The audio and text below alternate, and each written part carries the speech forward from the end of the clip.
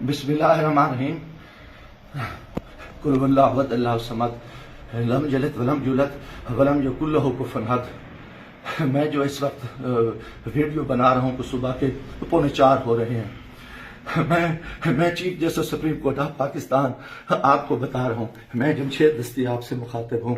میں 4 قومی اسمبلی کا الیکشن جیتا ہوں. آج خفیہ ایجنسیاں اور سی ٹی ڈی کے لوگ میرے گھر ظفر کالونی جھنگ روڈ مظفر گڑھ پہ داخل ہوئے ہیں اور انہوں نے بہت بڑا ظلم اور بے غیرتی کا مظاہرہ کیا ہے.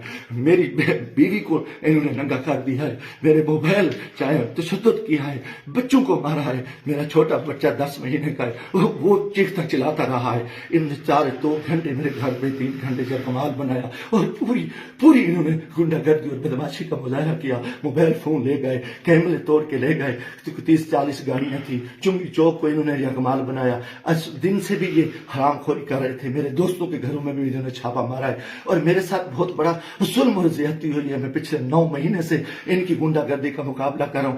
آج یہ ابھی بے غیرتی پہ آ گئے, انتہا پہ آ گئے. چیف جسٹس صاحب, خدا کے واسطے میں پاکستانی ہوں. اتنا بڑا ظلم میں سوچ نہیں سکتا اور میرے ساتھ اتنی بڑی زیادتی ہو گئی ہے کہ میرا جرم یہی وجہ کہ میں اس ملک کے ساتھ کھڑا ہوں, اس قوم کے ساتھ کھڑا ہوں. میں ایک ورکر کلاس سے آیا ہوں اور میرا یہ گناہ ہے کہ ہم عمران خان کے ساتھی ہیں. انہوں نے کتنے دنوں سے میرے اوپر ایک کیس تھا.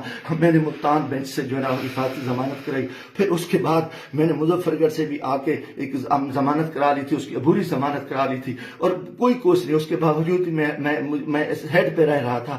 آج رات انہوں نے جو بے غیرتی کا مظاہرہ کیا ہے میں کبھی سوچ ہی نہیں سکتا اور میرا دماغ کام کرنا چھوڑ گیا ہے. اور میں اس کے ساتھ ہی اپنے قبیلے کے دوستوں کے برادری سے دوستوں سے جو میرے امیدوار ہیں سب سے کہتا ہوں کہ خدا کے واسطے اکٹھے ہو جاؤ. اتنی بغیرتی ہم اپنی عزتیں اتروا بیٹھے ہیں. اتنا بڑا ظلم اور اتنا بڑا جبر, اور میں کبھی یہ سوچ ہی نہیں سکتا تھا کہ یہ اتنی بغیرتی کریں. یہ سی ٹی ڈی کی گنڈا گردی کے لوگ, ان کے لوگوں کو یہ الیکشن لڑا رہے ہیں. یہ خفیہ ایجنسیاں یہ ویگو ڈالیں انتہائی بے غیرتی کا مظاہرہ کر رہے ہیں. خدا کے واسطے لوگوں آ جاؤ, کچھ نہیں بچ رہا. میں مرنا چاہتا ہوں, مجھے مار دیں, گولیاں مار دیں. میں ان بے غیرتوں کا, ان حرام زادوں کا میں مقابلہ کرنا چاہتا ہوں اور میں اسے عزت جو ہے نا گئی ہے, گھر کی ہیں اور چار دیواری کی ہے. میں گولی قبول کرنا چاہتا ہوں, مرنا چاہتا ہوں. خدا کے واسطے چیف جسٹس صاحب, خدا کے واسطے الیکشن تو تباہ ہو, الیکشن تو غرق ہو چکا ہے, الیکشن تو گنڈا گردی کی بھیڑ چڑھ چکا ہے کہ ہمارے سارے لوگوں کے انہوں نے کاغذ مسترد کیے, بدماشی کی. اب ہمارے گھر عزتیں محفوظ نہیں ہے. خدا کے ہمیں گولی مار دو چیف جسٹس صاحب, آپ ہمیں گولی مار دیں خدا کے واسطے. ہمیں ہماری عزتیں نہیں بچی.